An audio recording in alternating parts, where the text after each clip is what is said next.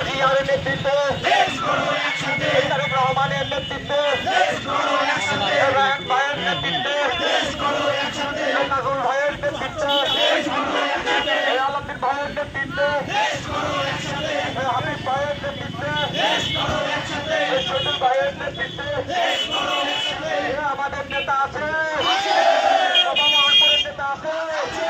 আগামী দিনের ধানের শীষের কান্ডারি আছে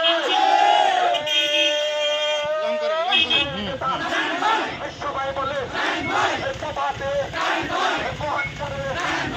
মহাকাশিতে সবাই বলে দেশের হাতে সবাই বলে নেত্রী আছে সারা বাংলার নেত্রী আছে আমার নেত্রী আমার মা আছে শিশের নেত্রী আছে সেই নেত্রী